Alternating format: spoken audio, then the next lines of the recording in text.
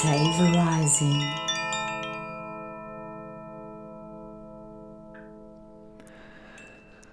Wow, so here we are. We have finally arrived at this podcast, this sharing of information, of codes, of our vision of creation here on planet Earth, this gem of a planet in the cosmos. And it's such an exciting and special moment because we find ourselves in the company today of one of the brightest lights on planet Earth, Zelkia. And it is an absolute honor and privilege to be in your presence today, Zelkia, and to hear you speak on something that I know you care so deeply about, and a vision that we are all participating in, whether or not we fully realize it. Obviously, we come from all over the cosmos, amazing beings, and we've come here to Earth, and we've come to Earth at this time. And there are no accidents here. Everything has been designed to a T to bring us to a point in the evolution of this universe, which I believe, Zelkia, you refer to as the Grand Emergence. And so today, I think we wanted to kick off this entire series by talking about the Grand Emergence and talking about just how special and significant this moment of time here on planet Earth is, what it is that we're all doing here. It can sure be confusing operating in this density. And where are we going? What is our vision moving forward as we begin to co-create consciously, as we move out of our fallen state, out of this slavery control matrix in which we've been operating for so long now, and as we move into reclaiming our creation as creator gods physically incarnated on the planet. So I am going to turn it over to you, Zelkia, and also joining us here today is Matthew and Justine, two other beautiful and amazing beings, and we have so much exciting content to share with the world as we hone our vision and as we co-create and bounce ideas off others and bring in all of these incredible codes to build the new Earth here before our eyes in real time.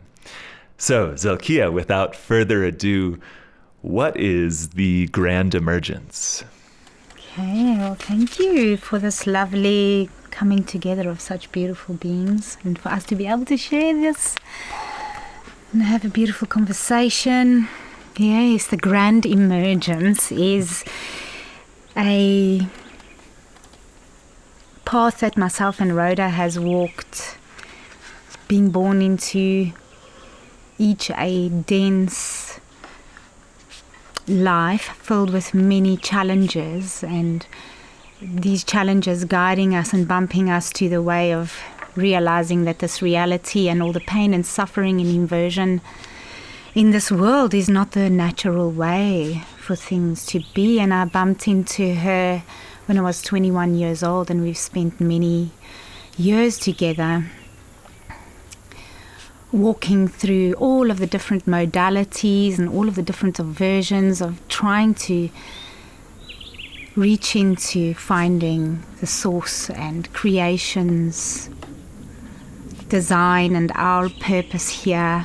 And so the Grand Emergence is that deep awakening with us as a collective human race for walking through this reality and awakening as a child and moving through all of these things that do feel right and do feel not right, all wrong, everything inverted, and being told constantly you cannot change the world and everything is the way it is, and we've all got to endure and move through and survive, and then coming up into a stage of really working hard at ourselves and keeping continuously cleansing, purifying, going into silence and reaching into our own truths, and coming into the conclusion that after many years of listening to many wise beings, that there's been so many prophecies in many different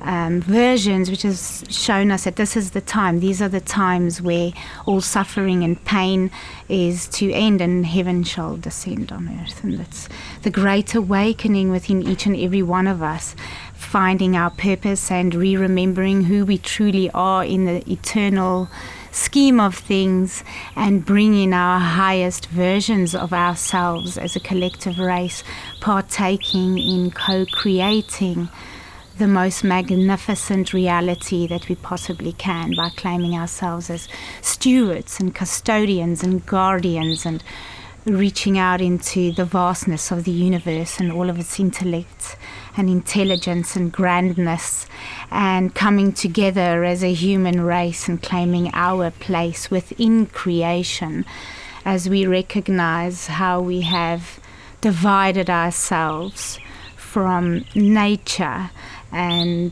reconnecting and rebirthing ourselves through a purification process, and the purification process of our planet and the condition that it is in, and the pollution that is taking place within our bodies and also on our planet. And it has always been said that we are the ones we've been waiting for, and everything we want to see in the world, we have to be that.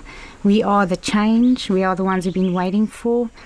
All of the energy that we have been engineered into investing into warfare and constructive, degradative, and destructive and poisonous systems that are destroying the most ancient, billions of years old technology and most advanced systems, is what we have come and been born to reclaim our place as the guardians and the keepers and the responsible ones for creation itself. And this is the grand emergence. The grand emergence is about each of us finding, shedding the chains and the breaking of the forefathers, breaking down the old systems that do not serve us, and replacing them and upgrading them with better versions which are based on foundations of love and benefits all life on earth. And when we create products, services and technologies, cities or places to live, we will do it in honor of the way that creation does it. We do not need to veer from the most masterful presentation of how all of life works, and we can blend ourselves in and create everything we create the way nature does. And why? The answer why is because if we look at how creation falls into place when we come from a war-driven, suffering soul, collective soul, we engineer and create self-destruction and degradation. And so the vision of a collective human race watching the news and constant murder, mayhem, rape, the film industry lying, stealing, cheating, and being projected with consciousness that is degrading the human condition, and replace that with information on how to do everything with respect to life, to open source all of our knowledge and to help each other in this world. How can we support each other, help each other, and bring forward our ultimate attainments here on earth as creators, and create this world with that energy that we have been created, a destroyed world with destroying. We all are partaking in the destruction. Everyone's running around blaming each other, but everybody is partaking in all the corporations and all of the destruction. Everyone's running, voting for the good guy, the bad guy, and the end of it all is when we take responsibility for our own creations and stop waiting for parasitic movements to fix our world. And so the grand emergence is the immaculate design, the blueprint of our planet's most highest attainment, when man lives in synchronicity with the bioresonance of our planet and the syntropic flow of nature itself. Wow. Thank you. Wow.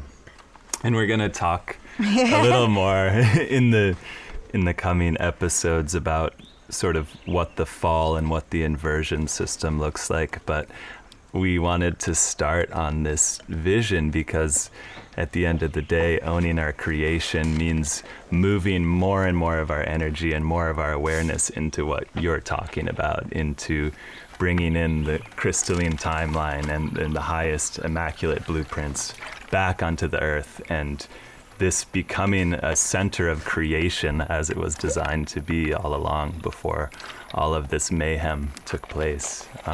Yeah. Justine and Matthew, do you have anything you would like to add before we move on? No. I feel good.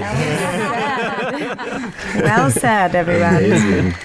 So I wanted to ask you, Zelkia, what is the significance of Earth in all of this? Because we know it's a very big cosmos out there. There's a lot of spectacular beings incarnated here right now, and there's a lot of attention from all over the cosmos on Earth, and we know that she is special and that our role incarnating here in bodies is special. So I would love to hear you speak on that a bit.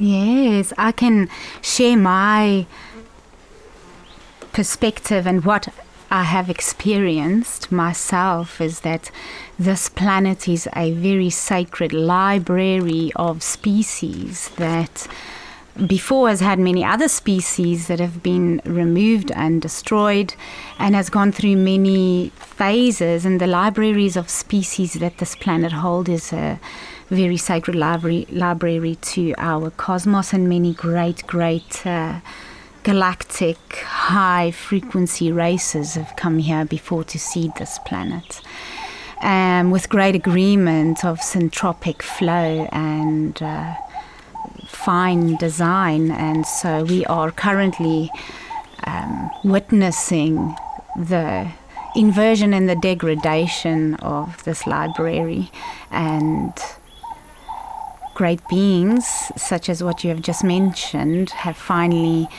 in the times of shifts on our planet, had the access point to come in and bring in the true vision of what the planet herself is calling forth. And it is her existence, being this sacred library and the syntropic flow and her bioresonance, should at all times be respected if a being visits this sacred planet. And yeah, that's a bumblebee. Speaking of the library, the we just library had had African they bumblebee. A little bumble action. I'm so sorry that pulled our attention. Yeah, I mean, but the bee was saying everything, wasn't it? Well, we agree. Bioresonance. Yeah. Talking about me. Like the medicine. I know it too. Yeah. Okay, so yes, an amazing library of genetics light codes from all over the universe here stored on this planet. Yes. Absolutely one of a kind. Everything in organic creation is one of a kind, but this is truly a gem in the cosmos. Also many realms to her that we are not able to witness and enjoy right now due to the conditions of her current natural systems, and the kind of beings that are here that are destructive and parasitic. She has closed down many parts of herself that she will reveal in the future. Yeah, very beautiful. Right. I would like to talk a bit more about the importance of being in a body here on Earth specifically. So we understand what Earth is. We understand it's such a special place. What are we doing? Why are we in this density? Why did we come from the far reaches of the cosmos, incarnate through all of these different star systems, and land here in the middle of what frankly looks like a bit of a mess? We dropped into chaos, at least from the environments that are familiar to us in terms of, dimensional creation, living in, plasma worlds, plasma systems where things are fluid and easy. And we're here, and it's frustrating, I think, for a lot of us to feel the limitations of the third dimension, the limitations of a body. It sometimes seems that way, but I think there's a lot more going on than we understand. So yes, I think attaining our most highest blueprint would be to be able to be in this level of density and have such a solid body with so many extra senses when one is in this form, and bringing in those higher super selves into this physical body where the DNA becomes activated and we remember our multi-dimensional selves in this level of physical matter, which has never been done before. So yes, Justine has mentioned before, we are always wanting to reach other dimensions, but it's more about bringing that frequency into this physical planet and having her and ourselves together with our planet, which is a very powerful event, a new octave, as you say, as Zane. That we are about to create not only the immaculate blueprint of our planet, but an octave that has never been possible before. For custodians, stewards, and guardians of a planet to be able to be in such physical form to this degree, with a level of consciousness of seeding the planet. Prior, we would have beings whom were tribal, and knowing their tribal nature and having their cosmic and stellar connections. And the next level of where we are at now is in our physical body, bringing through our galactic selves and families in the regeneration and upgrade of our physical planet, and the way that worlds will be here, different, would we call them cities, or different transportation systems, different ways that our bodies will be working. We've known that beings have in the past done levitations and walking through walls and coming from one space to another on the planet. These things have all been done before, and this is now the full activation of really reaching a very physical, divine state on our planet.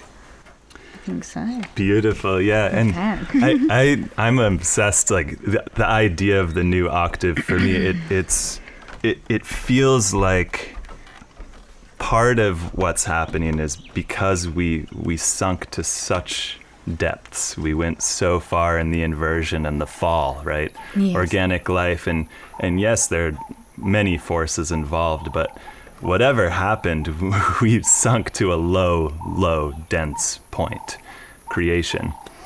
And it almost feels like this momentum coming out of those depths is part of what springs us onto this new, higher frequency of creation that's never been experienced before.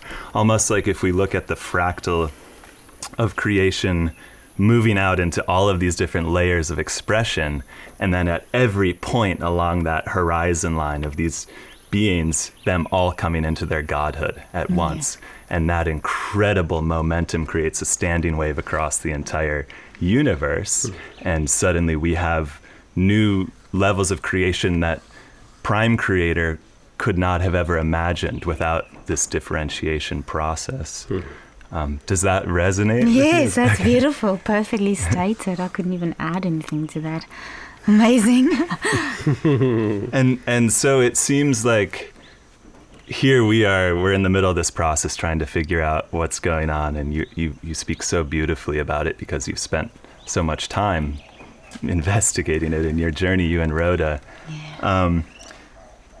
It's us who must initiate this, right? Like, we're not waiting. There's no external force that can deliver what we're looking for because it has never been done, right? Yeah. And so we're like dropping into our own creation frequency. Mm-hmm. Yes. Each one of us has our own frequency, right? Mm-hmm. We can't look for guidance in the traditional way of, this guru has this teaching or this tradition has these teachings, yada, yada, yada. Or even when we talk about, health and dietary things, like it's all limiting because we're looking back to history for guidance. We're looking back to previous eras when we're moving into uncharted territory. Totally. Right? That's amazing. I like it. Yeah, fantastic. And so, what role does self-love play?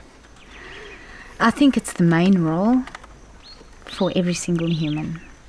And the greatest love of all is the love of self. The love of self doorway is the doorway to your accessibility to truly love anyone or anything else.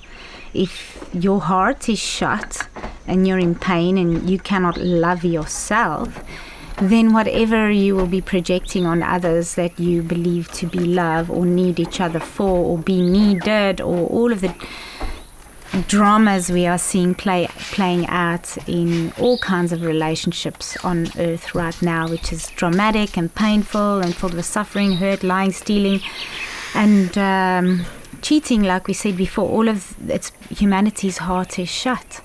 And in order to truly be a human race that loves and adores creation and finally creates everything accordingly and enjoys beauty and splendor and elegance in its true nature, the way nature presents it, the greatest love of all is the love of self. And for us to love nature, we have to love ourselves. For us to love each other, we have to love ourselves. And there are many, many things that we need to look at when it comes to love of self. Yeah. Beautiful. Thank you. So you had mentioned a declaration. Should we talk about this a little bit? Yes. So it's been many years since 2016 where we've always had this massive vision, and of course it has taken many years for us to come to this place and where we are now finally starting to bring everything into form, as we did a lot of cleaning out, and you got to clean out before you can bring in the vision. And the declaration is all about ourselves and the love for ourselves and the fact that we are part of creation itself, and the remembrance of calling for ourselves to remember who we truly are and take our role in the living systems and upon this planet, each and every one of us, towards co-creating a humanity that lives as life lives and creates as life creates and is natural the way nature is, and takes everything, all of creation, in regard when we do anything as we tread upon our planet. And so the declaration is about the way we promise or acknowledge our true nature and that we are such incredible beings of infinite nature, and that we are so deserving of truly engaging in the beauty of the rivers and the oceans and the mountains and the forests and all of life and every being, all the different types of life in all of the kingdoms, the plants, the oceans, the insects, the great wildlife and the migrations in Africa.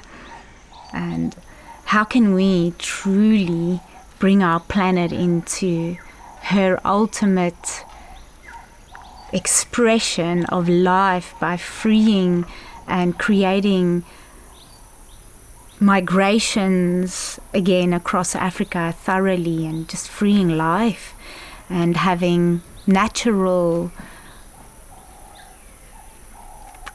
obvious ways of working with the animal kingdoms. For example, zoos and circuses and these kind of taking animals out from their packs and removing them into human hands with such disregard, and exporting wildlife across the planet. And just, there are things that are just, in your heart, whether it is a beautiful act and whether it makes you feel joy, or does it make you feel greed or anger or rage or selfishness, or getting what you want, or what's going on inside of the frequency of your being when you are engaging with this planet, and how is everything we're doing contributing to life. Beautiful. Yeah. And it's so hard because we grow up indoctrinated into a system that has been co-opted by this synthetic creation, synthetic timeline, and so it stretches our imagination, frankly. A lot of the things that we're talking about, all technology being organic, being made from life itself, not being made from synthetic materials that are toxic and polluting, but being made according to the blueprints that brought our bodies, brought the earth into creation, brought down higher dimensional codes from the far reaches of the cosmos here onto this amazing, extraordinary planet, so that we can experience and interact with them. And it's ironic because it seems far-fetched. We were even talking the other day, Justine, on our walk, about how, like building a house, for example, the way we do it now is we go and we cut down a bunch of trees, we strip them bare, we assemble this thing, we cover it with plastics and insulation and all of the synthetic stuff, and it takes, months and months or years. We are looking at this grove of vines, and they had created this natural enclosure. And it was like, oh yeah, that's remembering. We're going to be training nature, training the organic structures. Like, okay, after we've built this layer, then we're going to encourage this next layer to build over it, and on, and working with the blueprints. Everything is here, but we've forgotten how to access it, right? Yes. In the living library. And as we attune our bodies and our whole systems of thought, systems of being, physical systems on the planet, she will begin to reveal to us these mysteries, and we're going to have this ease of creation where suddenly things that used to take so much effort and labor, and we were struggling and fighting to put things together, suddenly they just flow because they're working on the blueprints as it was originally intended. Exactly. That's beautiful. Yeah, thank you. Can I Yes. add something? I think it's in this current paradigm that we live in, particularly in the Western world, is one that we don't belong here as a species. And we need to rewrite that we belong here. Earth, Mother and Father, Son created us and created this place for us. And every single moment on this planet is a gift. We were invited here, and we are here as guardians, custodians, and stewards, as you say. And so really claiming ownership of our co-creative process with the planet as part of the planet, saying every day, I belong here. My breath that I exhale with every moment creates the biosphere so that all life can flourish. Just me simply breathing is a part of the activation of life on this planet. And so claiming ourselves and our role and banishing the narrative that we are killing the planet is honestly egocentric and ridiculous. And it's Totally. it's taking our power as creators away. And so as we step into this pledge, really taking responsibility that I've been invited here, I belong here, and as Zane mentioned, activating our imagination. Dream up our most wild dreams of positive co-creative relationship with our species and the planet, and it is real. We can breathe it into existence. Prana is the life force of all of creation on this planet, and we can do that if we allow ourselves to dream. Circling back to the zoo example, it's so easy to say, well, oh, we need zoos because these species are endangered. That is putting guardrails up on your imagination to design a better system. We need to move beyond this narrative and this past of, yes, we need these things to protect. No, what does protection really look like? If you were to just abolish all storylines that are limiting and look at your imagination, which is inherently expansive and opening, and letting yourself speak and say and communicate with people what you really see as the truth of what could be without the limitations of these mass-produced stories that are projected onto us from television and news and even books and magazines and everything that's limiting and narrowing our scope, so we justify and excuse our behavior. And excuses are an immediate diffusion of our power and intelligence. Yeah. Yes. Woo! Yeah. Well, and I think Yes, that builds so strongly on, like, the declaration, right? Yes. Because as Zalkia finished, speaking about this declaration and its importance into creating these biodynamic living systems in this world, that, as you're saying, like, how important it is to actually stand in your sovereignty and to claim your piece of this, syntropic, as you say, flow of energy. And it feels so important, the marshaling of our intent towards that end through a declaration. Like, it's really a means to focus and to transmit that frequency through the, this multi-dimensional reality. So, no, I think that's a perfect follow on Miss Justine. Like frantically writing down what you just said. How interesting. Everybody. Yeah. Wow.